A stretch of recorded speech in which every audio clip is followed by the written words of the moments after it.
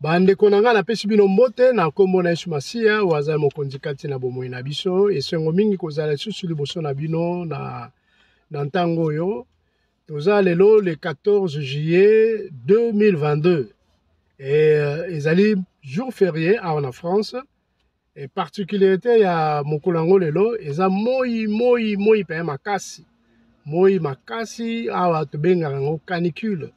Donc voilà, ils ont la température, bah 32 degrés, tilicolo, 32, 34, 36, 38, 39, même 40.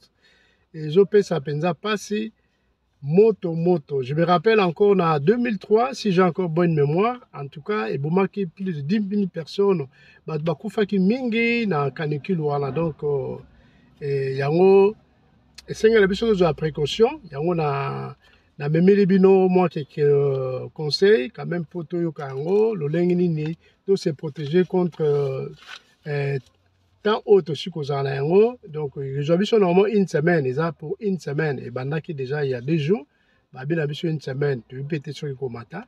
Donc même ngati na osala pe vidéo na zo kapé awa et lokola na uta ekripa ngabi bon na profiter kana gareka na le kasusu ko solo là. Donc, pour na salon on ndako menga habité. La préfère mingi aux allons des fois na banda mon pépé et puis ben voilà. Alors voilà, toza wana et na lomba on peut na bino quelques conseils oyo na zuna amélie.fr. Les ali site na biso nini ya santé publique et peso pe sa biso ba conseil lo lengi nini ceux qui canicule ye lo lengi ni toza la bi ke batu mingi ezala on Google bien aimé. Mais ce n'est pas tout le monde qui a accès à yango, pas accès à n'engo, aux accès à yango, mais aux makasi à kotanga yango.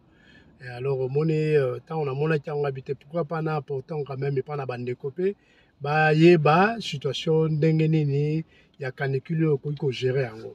Alors il y a le bosso net na banda qu'on a biso bien aimé, tant on a na banda ko, et c'est un biso qu'on rafraîchit déjà environnement, climat et ndako ndengezali.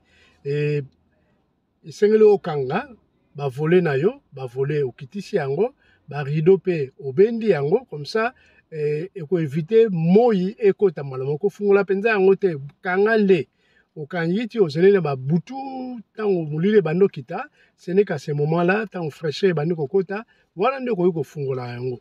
Mais pour l'instant en tout cas na moi makasi il faut ba voler na yo ezala baisser et puis ba rideau na yo ezala ya kobendana. Ce n'est que le soir ou bien très tôt matin, on a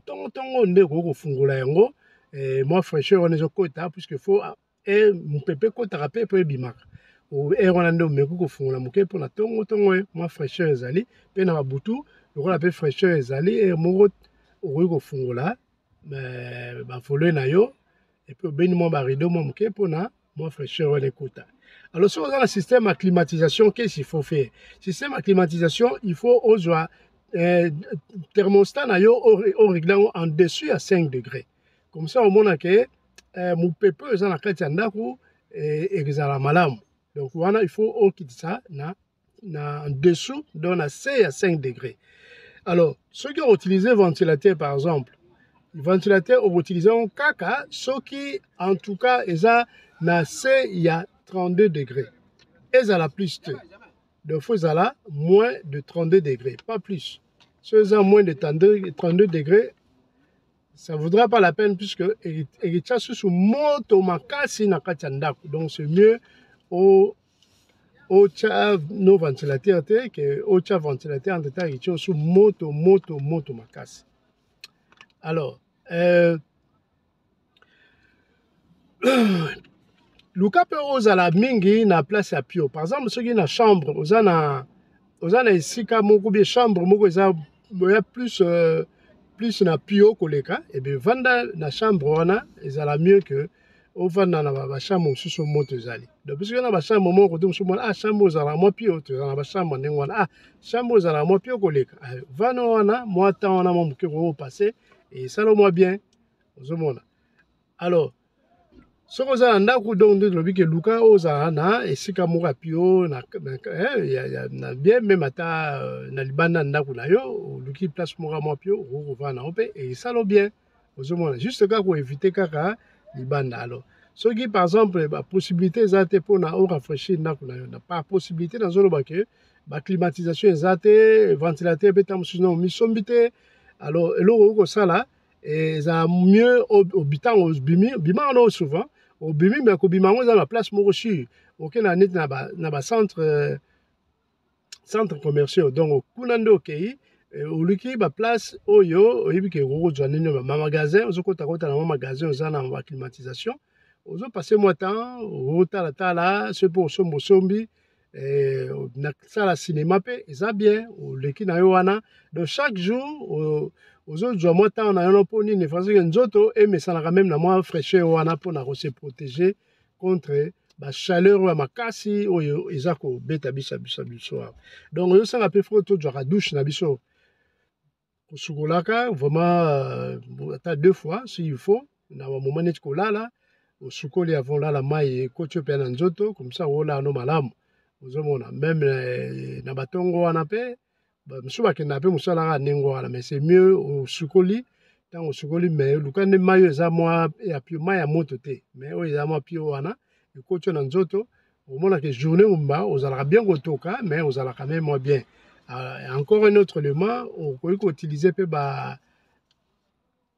brumisateur donc bombo tozalaka yango wana mpona ose mouiller quand même tie elongi na yo ofuli toko moko na nzoto opompe yango nzoto mobimba ozomona bilamba oyo ezala mouiller wana ekesala yo vraiment ekesala yo kitoko mpenza. Excusez-moi kelele puisque eza na mwa libanda. Alors baprécaution nini okozwa par exemple soki neti oza libanda ntango oza libanda na wana soki na ndako te donc ntango obimi libanda eloko nini ndenge okoki kozalela d'abord luka nde oluka obima nde ntongo obima no ntongo mposo na ntongo wana nde ezalaka mebie mpe na butu mpe no baswa ntango moi ekitaka wana nde mpe okobeta mwa tu omoni ezala mwa bien de baere wana nde okobima mais donc si possible en tout cas faut ko éviter kozala libanda entre ba 11h de 11h ti ba 21h wana en tout cas eza mpenza bien te puisque moi mpe ezokita po eza ba heure d'été moi ezokita heure ezo na omona tokomi ba 20h mais ozomonaka mwa moi mais c'est pour ça ni donc c'est dire que moi ezaka likolo ozomona. Alors nde nalobi ke soki omonani na libanda soki oza na libanda qu'est-ce qu'il faut faire? Donc tolobi premier point il faut ntango oza libanda zala na chapeau na yo elamba folata elamba il faut zala ya coton to ya lin en tout cas ezala malamu puisque banokotisa plus mwa mopepe ke babilamba oyo so ya kilo wana epesa mwa mpasi. Alors deuxième point eza que koluka kovanda plus na bazone neti ntango oza libanda luka baplace na bazone oyo eza na bombrage donc place par exemple banzete ezali mingi oyo elandala nene koluka kovanda ata na base na yango na banzete puisque eza baplace bien aménagé omona miso batya baban okovanda wana tamboli oyo mpe mwa moke wana ekesala bien ozomona donc mwa ombrage ezali eloko mopepe moi ebeta yo ozwa no mwa pio wana ya banzete ndenge esali donc ezala mwa bien. Alors mpona bato mingi baosala misala bon même ataka bato ozobima ntango ozotambola oza libanda en tout cas fo kovitaka position debout kozala mpenza ya kotelema mingi te soki otelemi mingi en tout cas luka mpe esika oyo osengeli ovanda mwa moke ovandi mwa moke après okoki kokontinue na yo kotambola na yo bien soki oza place kokende mosika en tout cas otamboli opemi mwa moke mpo kozala debout te ntango oza kaka debout ndenge wana position debout eza mpe malamu te soit okozwa mpe mwa mingi soki oza na mosala bien oza libanda ozosala mpo bamisu basalaka libanda.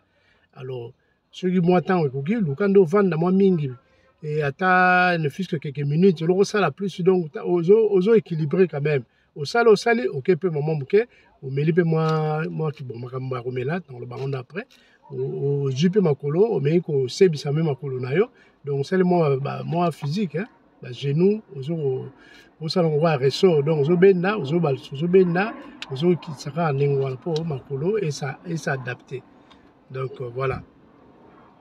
nde tolobi faut koluka ozala mingi ba espace oyo eza réfléchissant donc omona mwa mopepe ezali donc nde nalobai neti na place commerciale okokende kuna obeti mwa batour na yo ekozala mpenza mwa bien.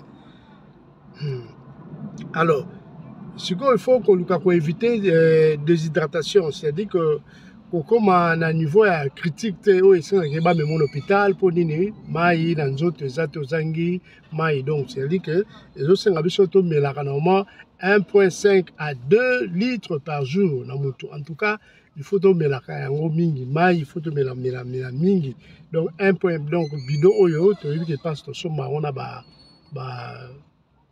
en magasin na biso toyebi yango, donc du sombi il y a 1,5 ou 2 litres. En tout cas, il faut ça tout aussi sarango na nina. So par exemple na problème de santé, luka o contacter médecin na yo bien aimé.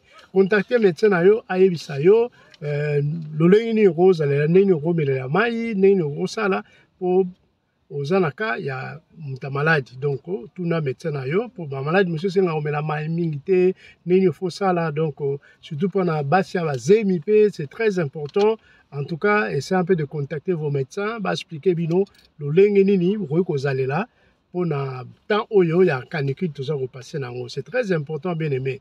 Ko zwango au car à la légèreté, ça vraiment sérieux, ça moto makasi ozo me mape na kufa, donc il faut tous à la maille. Alors pour la maille netolobi maille il faut utiliser eau minérale, notre bien eau minérale, donc faut somba maille wana yango nde utiliser. Alors si on utiliser maille à pompe et sengeli en tout cas vous allez maille yango tant aux yeux on tient na kopo vandi mo muke ko balisango susu na même na kopo mususu de comme ça maille etikali wana pona okima chlore stam su chlore za makasi, donc déchets ezotika na kati komela yango te okobwaka, donc soit ombeli oyo etikali wana ndambo obwaki, soit ojukaka kopo mosusu omeki kosala otransférant na kopo mosusu comme ça oyo ya suka katikati na se mpenza mingi te, mais ata mwa 2 cm en tout cas otiki obwaki après omeni nde oyo ya liboso wana. Donc, quand ça, on se comprendre en tout cas, contre déshydratation, il faut que tous à la maille, tout mais la mingi maille, tout mais la mingi maille, 1,5 à 2 litres na mokolo. Et ça très très important bien aimé. Donc, basa zemi, il faut retourner à médecin, ne ko ba ko utiliser maille, to pe ba kisini ne sengeli ya komela na ba période to sili ko zara yango. Alors, il faut éviter l'alcool, bien aimé. Bateau a mis l'alcool. La période où il faut vraiment alcool, il faut ok, puisque l'alcool, ils ont diminué la capacité à lutter contre la chaleur. Alors, plutôt, il y a un favoriser déshydratation. Il faut favoriser déshydratation, puisque nous autres, on supporter sous-souter pour manquer à maille et ça. Na bloco yo senga ki mai za na kati kwa mai za te za plus alcool et que ça le passe, donc faut to keba na alcool en tout cas na tango to sur kozala, et puis ko keba le susu na ba auto benga ba boisson eza na teneur mingi ya café, donc même ba thé na biso ba cola ba produit na nyonso surtout il faut to éviter un peu mingi ba boisson to bengaka oyo ba soda ba boisson eza la sucre mingi eza penza pe conseillé puisque eza ko matisa sécrétion ya masuba na biso urine chaque fois, donc il faut to éviter yango. Balobi en cas il y a des difficultés pour avaler ba liquide, et donc to s'hydrater na ba aliment mingi ko oyo ezali riche en eau, donc wana va parler plus na ba fruits, donc to liane ba fruits mingi ozomona, donc soki oza mutu moko ko omela nini ba liquidité par exemple mai ozoko komela tene babi 1,5 à 2 litres par jour. Bon, super mai ça passe comme la minimum li bozo vimba. Alors to le caroliane plus ba fruits. Ozomona ba fruits, ba légumes frais, ba melon, ba pastèque, ba raisin, ba fraise, ba pêche, ba courgette, en tout cas faut to liango eza penza malamu sud na période ba crudité lokola ba concombre ba tomate donc faut tolia yango mais naka oyo so oza na diarrhée ko utiliser yango te neti ba concombre neti ba tomate ko lia yango te puisque na diarrhée eza penza malamu te. Alors tokosala pe ba soupe froide ezala très bien na ba compote de pommes donc eza bien tant ozo ko utiliser yango nyonso tu wana eza remplacer nini mai eloko mela mai trop ozolia lia ba fruits wana eza déjà ba fruits etonda mai. Alors il faut qu'on éviter qu'on lia to pe komela glacé donc bayi ko bala parlani puisque plus ozo mela ba biloko bi ozolia glacé eza ko éviter ba pose donc et ça lokola si sur pose net mai ya malili makasi tant ozo meli on ne si sur donc et aussi sur pose ça ya mai mbala moko ozo mona nzoto no eza na besoin ya mai. Alors, il y a plus de glacé. Il y a moins frais. Donc, mais là, il y a mais pas glacé pour la moï macacité. Donc, mais là, maï, ezala, maï moko normal. Tout comme maï, rochata, pembeni, ya nini, outil na frigo, mais ezala glacé. Donc, différence entre glacé et na frais. Donc, c'est-à-dire que maï à frigo, mais là, non, bien qu'il tout. Mais au pendant la glace, ils appellent moi glace ma casse. Donc, on les autres, mais là, plutôt, on peut appeler ngongo zika, qui est ça la maline ma casse. Donc, c'est que on a un niveau glace. Donc, ça bien été. Et aussi, ça, pour ça, comme la maï. Donc, l'eau, on met là 1,5 ou 2 litres. Au moins, on met là, on a 1 litre à pas. Vous avez les anges, monsieur Ponino, on met là, maline ma casse, c'est trop. Déjà, donc voilà, c'est très important. Alors, point à Souka, donc, c'est la biso, tous les soins, il y a entourage, la biso, il y a des personnes, qui trop fragiles, bien aimé. Donc, tu es, bande comme sous, bazana makasi, la biso, bango baza mingi ya kolemba, baroza la bana, baza pe ba personnes âgées, baza pe ba handicapé des fois, ba souffrir pe na ba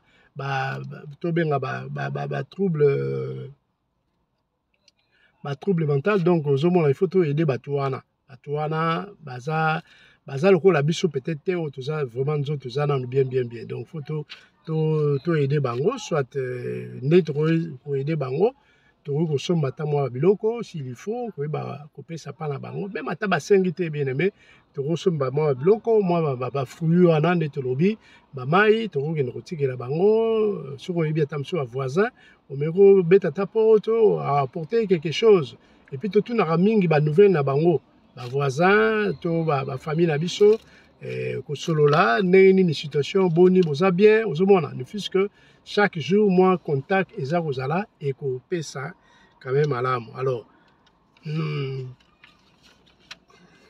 Alors na sukawa moi contact des fois précaution d'une drogue kozwa ceux qui canicule en oza makasi wana na komango na se na description au roman na yango mais le bilan caraboye au cas où pour informer sur le geste à adopter en cas de canicule, consultez la page canicule, page des canicules, les précautions à prendre sur le site santépubliquefrance.fr, santé publique na mobimagnon so kangisa yango après .fr. Donc wana ozwa explication nyonso onenga na lobelio encore plus na mozindo wana c'est très important bien aimé et contact ezali 0800 06 6666 voilà si c'est tondi mais bon c'est pas grave ezara numéro de téléphone et biso tolinga mona ba 600 penza te mais eza juste kobengaka metan ozobenga ozobondela pe mbala moko voilà ba précaution zoya mais aux alara mayele donc voilà ils a lundi en dimanche de 9h à 19h et donc appel les a gratuit depuis poste nayo fixe to mobile donc parbi appel ezali gratuit donc mais faut à la plus na poste nayo donc on a téléphone yandako on a portable bon on a habité bon ils appellent na mobile mais bateau na sûreté ce qui est vraiment gratuit dans la semaine, téléphone fixe n'est peut-être déjà gratuit. Voilà bien aimé, en tout cas on les a eu ma précaution oyo na ngai quand même ko partager na bino boye ba quand même situation ndenge et silikozala na temps tozala une semaine ya moi makasi donc ma précaution na lobi wana na ndaku il faut ndenge ko kozala donc na bo se répéter lisusu donc na ntaboyoki donc oyo aza na matoi ya koyoka yoka oyo aza mpe na mayele ya kosalela asalela c'est très important et mingi mpenza toyeba kocontacte tozala na contact na bandeko na biso oyo baza le plus âgé oyo baza mpe bana mike oyo baza bahandicapé bainfirme donc toluka koapporte bango ta quelque chose soki bamoyen ezali kotala bango et puis kozala plus en contact na bango kobenga s'il le faut ou bien kotuna barenseignement sur moto oyo oyebi par intermédiaire, quand même ceux qui ne sont pas. Alors, vraiment, c'est très important. Alors, nous allons passer dans l'île Nabiso, nous éviter ceux qui tendent et qui sont là, mais nous avons la vidéo, nous avons kaka. Donc, tu tout le bandé, nous avons succès awa. Comme ça, des vidéos, nous avons ça nini sur Bandoto, nous avons parlé sur Bandoto. Donc, selon ma expérience, na étude quand même, na ça là. Na parlé bien aussi Bandoto bien aimé. Bandoto, yonde to lotaka, yana makambo pe belé, ndé to ko interpréter en haut, malé mais to pour ça. En tout cas, dans la moi série moi mingi. Malé mais moi 2 3, donc le lot s'il y a possibilité, na reparler sur 2 3 formes ya Bandoto et puis malé mais total ndenge nini to ko bana yango. Alors, botikala malamu ezaka juste nini avertissement pour na bandeko la situation en canicule dessus donc c'est très très important pour na biso toyeba nini puisque je me rappelle dans le bina 2003 il y avait plus de morts en tout cas ils allaient qui plus de 10 000 morts donc nous sera pour na la précaution jamais pas malamu et puis tu ba peut-être nini rosalela mais cette fois ils ont la conseil oyo sengela pour éviter makambo wana. Alors, merci. Botika na kimia na Yesu Masia.